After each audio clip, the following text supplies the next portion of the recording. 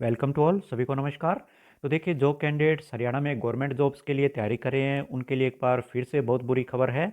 तो देखिए, बहुत खबर आ रही हैं कि पेपर लीक हुए हैं, पेपर को सोल्व करवाने की कोशिश की गई है। तो देखिए, काफ़ी बड़े स्तर पे ऐसा लग रहा है कि पेपर को सोल्व करवाने की कोशिश की गई है। तो काफ़ी कैंडिडेट ऐसे हैं जो काफ़ी समय से तैयारी कर रहे हैं। अगर कहीं पे 2-3 सेंटर पे भी अगर पेपर को सोल्व करवाने की कोशिश की जाती है या पेपर लीक किया जाता है तो वहाँ मेरिट हाई चली जाती है 4-5 नंबर से। और बहुत कैंडिडेट ऐसे हैं जो हर बार 3-4 नंबर से रह जाते हैं। तो इस तरह की अगर खबर आती हैं तो ये बहुत ही निराशाजनक है और बहुत ही दुर्भाग्यपूर्ण है। और विशेषकर हरियाणा में ऐसा होता रहा है। ऑनलाइन एग्ज़ाम्स में भी काफ़ी गड़बड़ी की शिकायतें सामने आई थी। कैंडिडेट्स के 90 में से 90 मार्क्स भी आए थे।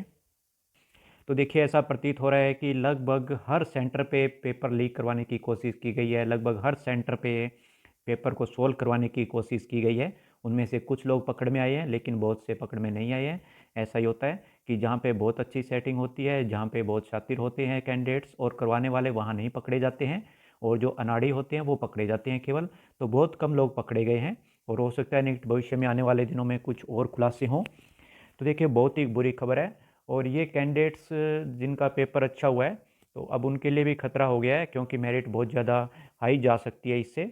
और देखिए, ऐसा तो पहले ही अनुमान लगाया जा रहा था कि गृह जिले में अगर परीक्षा होगी तो स्कूल सेंटर हैं जिनके पास, वो तो करवाएंगे, अपने कैंडिडेट्स को करवाने की कोशिश करेंगे 100%।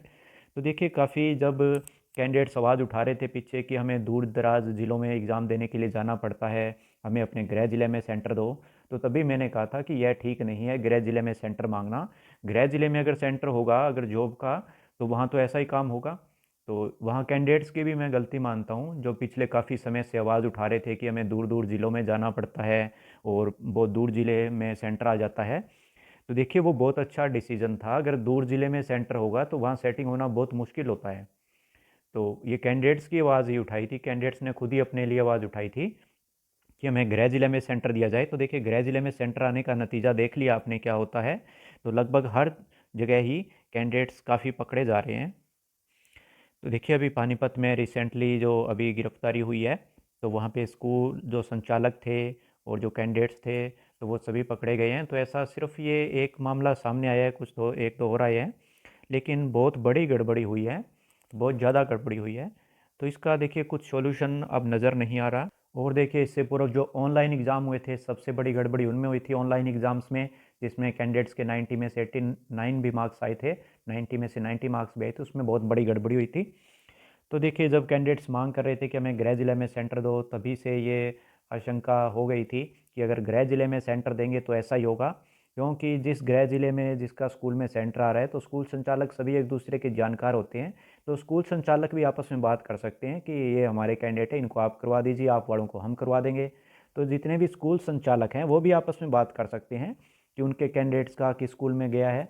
तो इस तरह से सारी सेटिंग हो जाती है। और ये मास स्केल पे हुआ है, बहुत बड़े स्तर पे गड़बड़ी हुई है और पेपर को सोल्व करवाया गया है। लगभग हर स्कूल में कोशिश की गई है सोल्व करवाने की।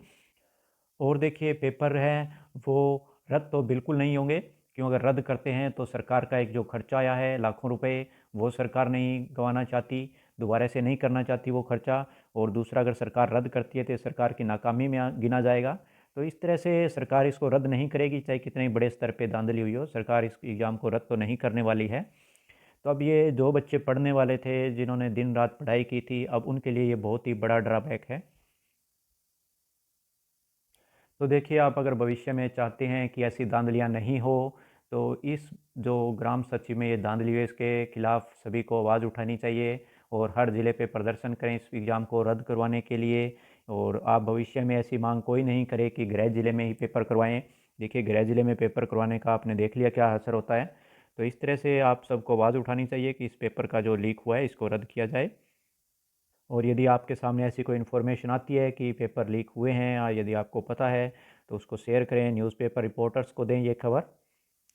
देखिए, बहुत से कैंडिडेट ऐसे हैं जो पिछले 3-4 साल से तैयारी कर रहे हैं अपना सब कुछ छोड़ के। बहुत से कैंडिडेट ऐसे भी हैं जो अपनी प्राइवेट जॉब्स छोड़ के तैयारी कर रहे हैं। और बहुत से कैंडिडेट ऐसे हैं जिनकी आर्थिक स्थिति ठीक नहीं है, वो कुछ काम कर रहे थे लेकिन वो अपना काम धंधा छोड़ के भी तैयारी कर रहे हैं पिछले काफ़ी समय से। तो देखिए, अब बहुत से कैंडिडेट ऐसे हैं जो बहुत बिल्कुल कम नंबर से रह जाते हैं। तो देखिए, इस प्रकार की अगर धांधली होगी तो जिन कैंडिडेट्स का सिलेक्शन होने वाला था तो वो 2-3 नंबर से रह जाते हैं। तो देखिए धांधली होने का काफ़ी इफेक्ट पड़ता है कट ऑफ पे। तो कट ऑफ ऑटोमेटिक ही 4-5 नंबर हाई चली जाती है। तो जिन कैंडिडेट्स की बहुत अच्छी तैयारी है, जो कैंडिडेट्स पिछले काफ़ी समय से तैयारी कर रहे हैं, वो इसके खिलाफ ज़रूर आवाज़ उठाएं, क्योंकि भविष्य में भी अगर अब आवाज़ नहीं उठाएंगे तो भविष्य में ऐसा ही चलता रहेगा और कोई ध्यान नहीं देगा। तो इसलिए आप मास स्केल पे इस बात को उठाएं, इसको एक मुद्दा बनाएं और सरकार तक अपनी बात पहुंचाएं। तभी आपका सिलेक्शन सुनिश्चित हो पाएगा आने वाली भर्तियों में। और इस संबंध में अगर कोई लेटेस्ट अपडेट आती है हमारे पास तो हम तुरंत आप तक पहुंचाएंगे। धन्यवाद।